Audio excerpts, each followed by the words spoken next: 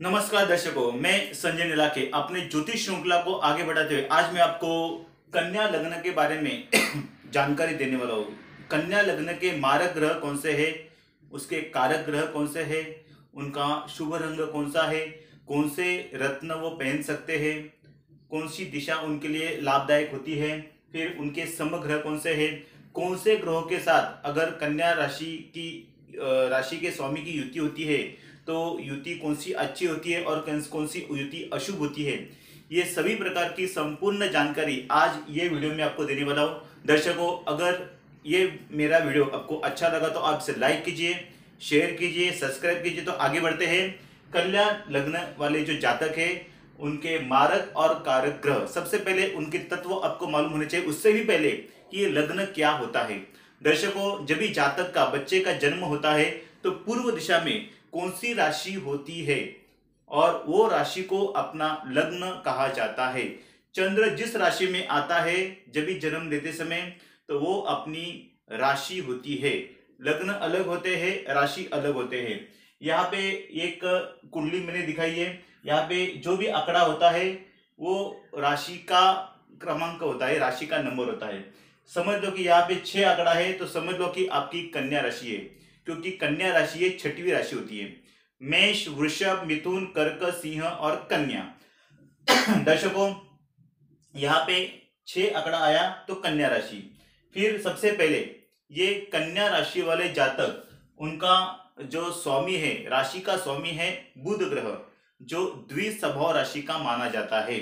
फिर वो पृथ्वी तत्व राशि है और दक्षिण दिशा में उसका प्रभुत्व होता है। जाति से वो वैश्य जाति की होती है। दर्शकों, ये उसका मूल तत्व है। फिर उसके सबसे पहले उनके कारक ग्रह कौन से है। यहाँ पे मैंने पूरा चार्ट बनाया है, कुंडली बनाई है। जिस ग्रह को मैंने राउंड किया सॉरी जिस ग्रह को मैंने राउंड किया है वो उसके शुभ ग्रह माने जाते हैं। जैसे कि कन्या राशि का स्वामी बुध, तो बुध ग्रह सबसे पहले उसका राजयोग कारक ग्रह माना जाता है। और बुध ग्रह के बाद फिर गुरु ग्रह ज्यादा करके, खास करके कोई पंडित जी ऐसे बोलते हैं कि गुरु ग्रह और बुध ग्रह की युति, बुध और गुरु का जो योग माना जाता है, गुरु ग्रह राजयोग कारक माना नहीं जाता है। लेकिन मेरे स्टडी के माध्यम से, मेरे जो ज्योतिष के माध्यम से मैंने ऐसे बहुत बार देखा है कि गुरु यहाँ सुखाधिपति माना जाता है और गुरु की दूसरी राशि आती है यह सप्तमाधिपति। ये दोनों ही राशि केंद्र में आने के कारण ये राजयोग कारक ग्रह भी हो सकता है। उसके बाद कन्या लग्न वाले जो जातक है उनका दूसरा जो शुभ ग्रह है वो है शनि। शनि यहाँ पंचम स्थान का स्वामी होने के कारण शनि भी वहां पे राजयोग कारक रहा। यहाँ पे देखा जाए तो शनि षष्ठमाधिपति भी है, फिर भी ये पंचमादि का शनि होने के कारण ये राजयोग कारक, मूल त्रिकोण का स्वामी होने के कारण ये राजयोग कारक ग्रह माना जाता है। फिर उसके बाद आगे बढ़ते हैं। फिर दूसरा राजयोग कारक ग्रह है, यहाँ पे मैंने शुक्र को दिया है। शुक्र ये भाग्य स्थान का स्वामी है, भाग्याधिपति होने के कारण ये भी राजयोग कारक ग्रह माना जाता है। दर्शकों, आगे बढ़ते हैं। फिर अशुभ ग्रह कौन से, मारक ग्रह कौन से है। यहाँ पे मैंने लिखा है कि अशुभ ग्रह, सबसे पहले जो बड़ा अशुभ ग्रह माना जाता है मंगल ग्रह। कन्या लग्न के वाले जातक है उनका सबसे जो मारक ग्रह जो है वो है तो मंगल। फिर मंगल के बाद फिर आता है चंद्र।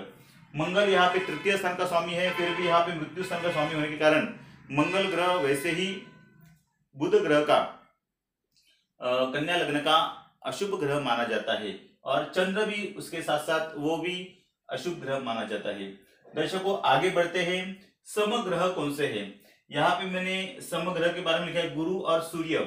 यहाँ पे भी मैंने लिखा है कि गुरु ये राजयोग कारक भी यह ग्रह भी हो सकता है, नहीं तो फिर मारक भी हो सकता है। वहां पे जैसे गुरु की प्लेसमेंट है उसी के माध्यम से आप उसे जातक को समझा सकते हैं कि गुरु राजयोग कारक है या मारक है। लेकिन ज्यादा करके गुरु ये समग्रह में देखा जाता है। फिर दूसरा ग्रह है सूर्य। सूर्य भी बुध ग्रह का समग्रह माना जाता है। उसके बाद आगे बढ़ते हैं। अशुभ ग्रह की युति बुध के साथ, कन्या राशि का स्वामी बुध के साथ अगर शनि की युति है तो राजयोग कारक मानी जाती है। अगर बुध ग्रह के साथ शुक्र की युति है तो भी वो राजयोग कारक मानी जाती है। शनि और शुक्र की भी युति राजयोग कारक है। वैसे भी अशुभ युति कौन सी है, यहाँ पे मैं आपको बताता हूँ कि बुध ग्रह के साथ अगर मंगल की युति होती है तो अशुभ मानी जाती है, ये मारक अशुभ युति मानी जाती है। फिर बुध ग्रह के साथ चंद्र की युति भी अशुभ मानी जाती है। दर्शकों, यहाँ पे मैं आपको बता रहा हूँ कि कन्या लग्न वाले जो जातक है वो कौन सा रंग उनके लिए अच्छा होता है और कौन सा रंग ज्यादा करके वो अपने सामान्य जीवन में इस्तेमाल कर सकते हैं। जैसे कि शुभ रंग है हरा, नीला और सफेद। यहाँ पे हरा, नीला और सफेद ये तीन त्रिकोण स्थान के राशि के स्वामी के जो रंग है वही मैंने आपको बताया है। तो वही रंग वो इस्तेमाल जीवन में कर सकते हैं और उसी स्वामी के रत्न भी वो परिधान कर सकते हैं। जैसे कि बुध ग्रह का स्वामी है पन्ना, वो कन्या लग्न वाले जातक के लिए सबसे राजयोग कारक और शुभ ग्रह माना जाता है।